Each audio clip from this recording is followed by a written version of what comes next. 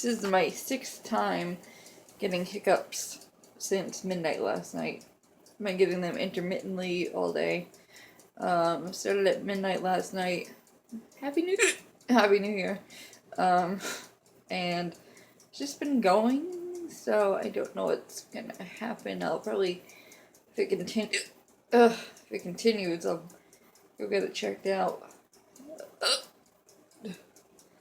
Lasts for like, I don't know, 5 minutes, and then they go away, then all of a sudden, maybe like an hour or two later, they come back.